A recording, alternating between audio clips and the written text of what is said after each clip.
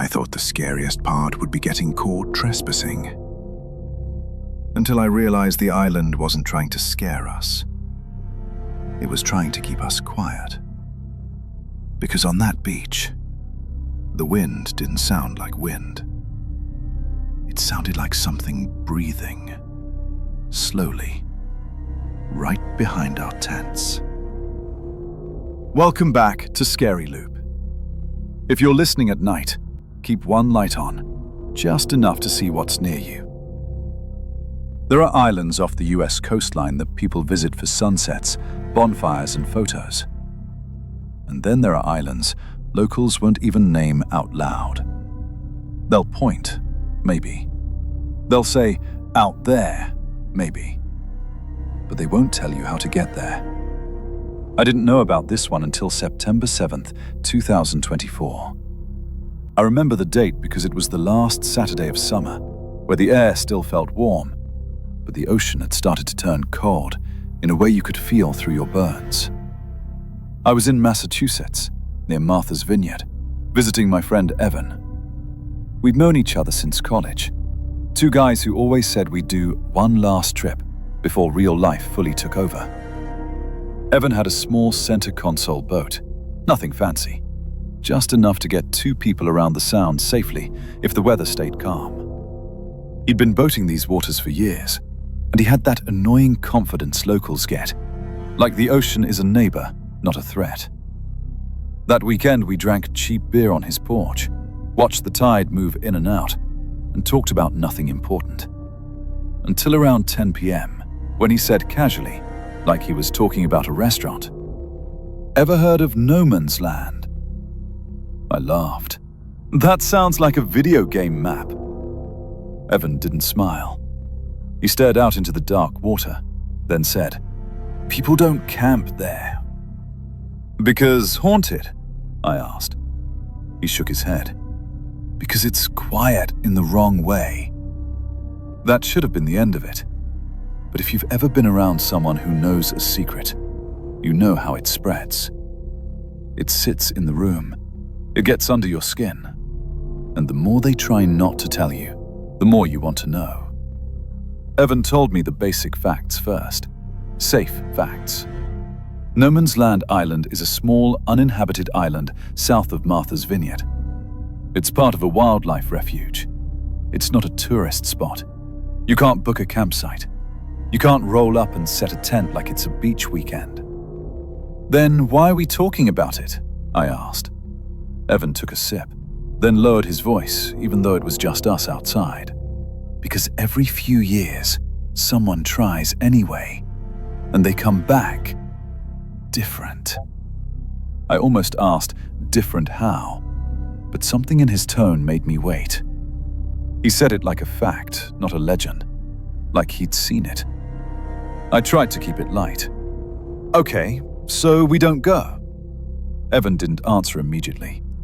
Then he said, "We're not going. We're just going to anchor nearby, stay on the boat, look from a distance." That was the first lie. And I'm not saying it was his lie. I think the lie started forming the moment he said the island's name, like the idea of it was already steering us. The next morning, the weather was perfect. Blue sky, small waves, a light breeze. The kind of day that makes you forget the ocean can turn on you in minutes. We packed like we were being responsible. Water, sandwiches, extra fuel, first aid kit. And Evan, without making a big deal about it, tossed in 2 small tents. I stared at them. "Why are those coming?" He didn't look at me. "Just in case," he said. "In case what?" "In case we have to wait something out." That sentence should have made me stop the whole trip. But when you're standing in the sun with the calm sea in front of you, logic gets lazy. We left the dock around 2:20 p.m. By the time the shoreline got smaller behind us, the island was just a low, dark line on the horizon. From a distance, it didn't look scary. It looked empty. And emptiness is the most dangerous kind of invitation. As we got closer, the water changed color. Not dramatically, just slightly. Like the blue was being drained. Evan slowed the boat and cut the engine. We drifted. The silence that followed wasn't normal. Not peaceful. Not calm. It felt like someone had pressed a hand over your mouth. I realized I couldn't hear birds. No seagulls. No distant calls. Nothing. And yet the island was right there, covered in scrub and grass. Evan pointed to the shore. See that stretch? That's where people land when they're stupid. I laughed, but it came out weak. We were far enough away to pretend we weren't doing anything wrong, but close enough that I could see details. A shallow beach, a darker patch of dunes, and something that looked like a line. A straight line. It took me a second to understand. It wasn't a natural line. It looked like a path, pressed into the grass, leading inland. Do animals make trails like that? I asked. Evan didn't answer. Around 6:30, the fog rolled in, like someone poured it from the sky. It came fast and it came low. One minute we could see the Vineyard shoreline. The next, the world was just grey water and the shadow of the island. Evan checked his phone. No signal. He checked the marine radio. It worked, but the channel was empty. No chatter. Nothing. Fog does this, he said, but his voice had lost some of that local confidence. Then the anchor line jerked once, hard, like something pulled it. Evan looked down at the water. I looked too. Nothing. Just the grey surface, rippling. The anchor line jerked again, 2 sharp tugs. Evan swore under his breath, leaned over and pulled. The anchor didn't move. It felt snagged. He tried again. The line went slack. And then slowly it tightened on its own. That's when I said, "Evan, what is that?" He didn't answer, because for the first time since we left the dock, he looked scared. "We should wait it out," I said. Evan stared at the fog. "If the anchor's dragging, we can't. We'll drift. We'll end up somewhere worse." He pulled out the small dinghy, a simple inflatable. "We go in, reset it, and come right back." "That's still going on the island," I said. He didn't look at me. 5 minutes. We both knew it wouldn't be 5 minutes. The moment our feet touched the sand, the air felt heavier. The fog muffled everything. Even our breathing sounded too loud. Evan hauled the anchor up with effort, like it had been wedged under something. When it finally came free, it came up fast. Too fast. And the chain was warm.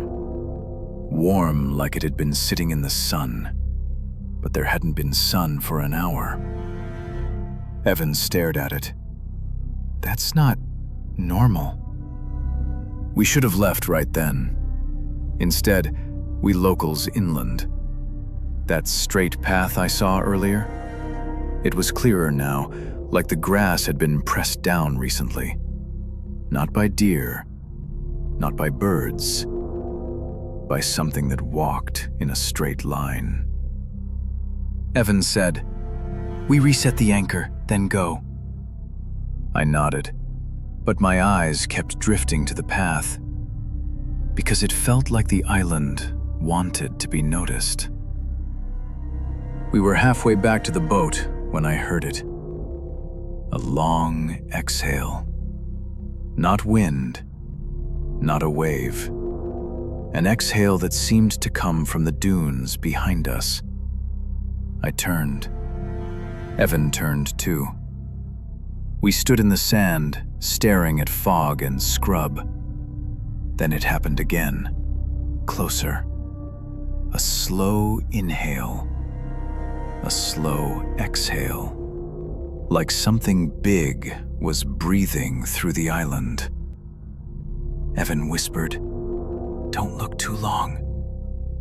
That sentence hit me like a slap. "Why?" I asked, also whispering. Evan swallowed. "Because it notices." We made it back to the boat, and for a minute, relief washed over me. Then Evan turned the key. The engine didn't start. It tried, it coughed, then it clicked like a dead battery. "That's impossible," Evan said. "It was fine." He checked the battery connections. He checked the fuel line. Everything looked normal. But the engine stayed silent. We were adrift in fog, anchored near an island we weren't supposed to be on, with an engine that refused to wake up. I said, "Call the Coast Guard." Evan stared at his phone, then at the radio. His jaw clenched. "I can't explain where we are." "You can," I said. "You just do it." He didn't. Not yet. Because something about this place makes you hesitate. It makes you think you can handle it yourself. That's how it keeps you. The tide shifted. The anchor line tightened again, pulling the boat closer to shore by inches. Evan watched it happen. Then he looked at me and said words I still hate remembering. "We should go back to the beach, just for the night."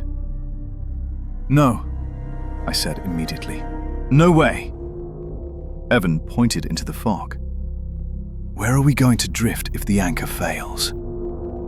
Then he pointed to the island. "At least there, we can wait for daylight." I looked at the shadow of the shoreline and felt my stomach turn. The island didn't feel like shelter. It felt like a mouth. But the logic sounded reasonable. And fear makes you grab anything that sounds reasonable. So we did it. We carried the tents and a bag of supplies onto the sand. And the moment we stepped off the boat, the breathing started again. Slow. Patient. Like it had been waiting for us to decide. We set the tents just above the tide line, near low dunes.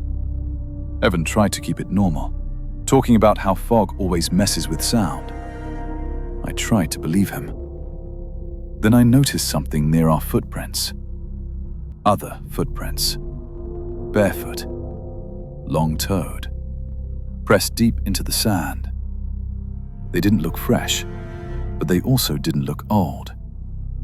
They looked maintained.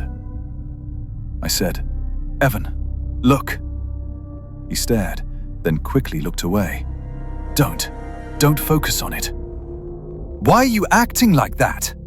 I snapped. He opened his mouth, then closed it. Finally, he said, "My uncle told me something when I was a kid." He pointed toward the dunes. He didn't say ghost. He didn't say monster. He said, "Sometimes a place keeps a record of the people who step on it." That made my skin crawl. Around 11:26, the fog thickened until the world felt smaller than our tents. We could barely see 10 feet. That's when the wind changed. It didn't gust. It didn't whistle. It pulsed. In, out, in, out. And with each pulse, the sand shifted slightly, like something heavy was moving under it. Evan whispered, "Don't talk." I whispered back, "Why?" He hissed, "Because it listens for voices." That's when I heard a sound that didn't belong. A soft tapping, 3 taps on the side of my tent. I froze. Evan froze. The tapping stopped. Then it happened on his tent. 3 taps. Slow. Deliberate. And then the breathing paused. Silence. A silence so complete, it felt like pressure in my ears.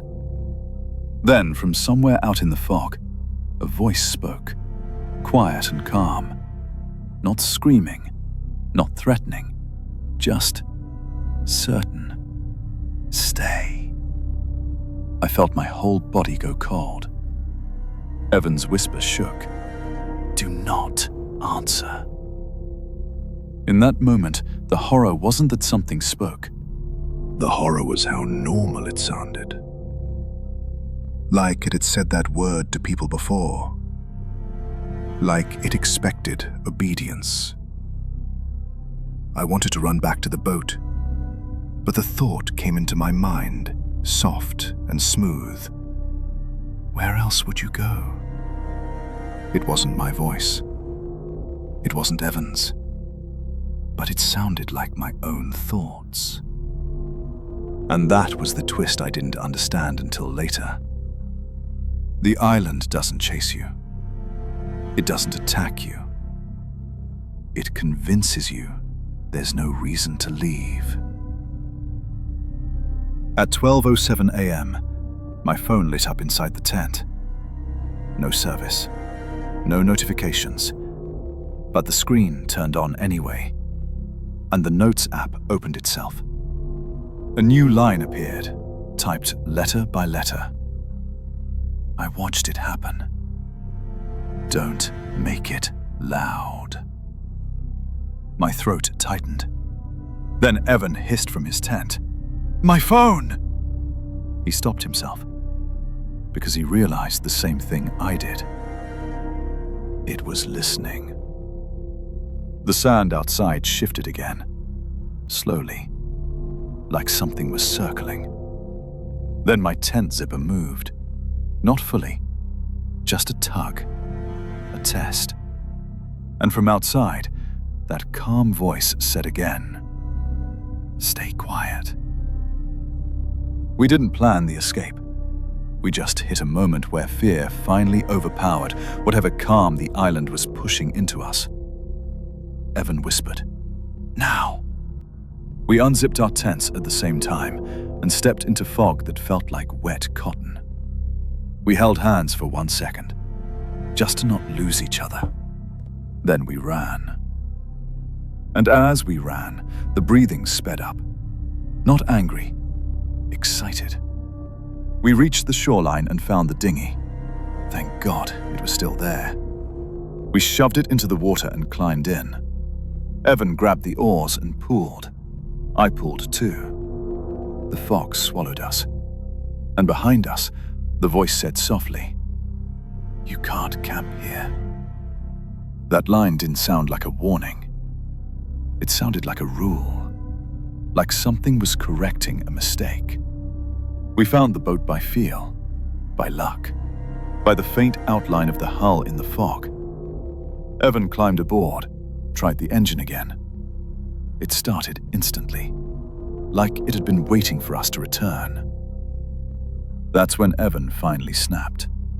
He grabbed the radio mic and called for help. His voice shook so badly, I could barely understand him. The Coast Guard answered within minutes. And here's the part I can't explain. They acted like they were already looking for us, like they'd heard this before. They told Evan to read his coordinates. Evan looked at the GPS and went pale. The coordinates on the screen weren't where we were. They were inland, on the island. The GPS thought we were still there. We made it back to the dock around sunrise. People were walking their dogs. Someone was loading fishing gear. Life looked normal. Evan and I didn't speak much. We didn't have words that fit. When I got back to Evan's place, I took a shower and tried to wash the sand off. It didn't feel like normal sand. It felt gritty, almost metallic, like it wanted to cling. Then my phone buzzed. One notification. No sender. No number. Just one sentence. You left something. I stared at it until the screen went dark.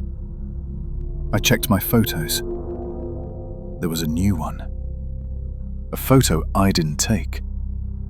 It showed our 2 tents on the beach, lit by moonlight that shouldn't have been visible through fog. And between the tents, faint, blurred, but unmistakable, was a third shape. Not a person, not an animal, just a standing darkness, like the idea of a figure. The file name was No Camping. Evan begged me not to talk about it. He said if we gave it attention, it would come back. I told him that was impossible.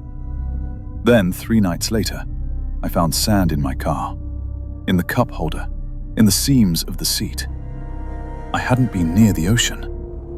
And written on a receipt in my wallet, my handwriting, were 2 words I don't remember writing. Next season. I don't know what that means yet, but I know one thing. The island doesn't care about rules.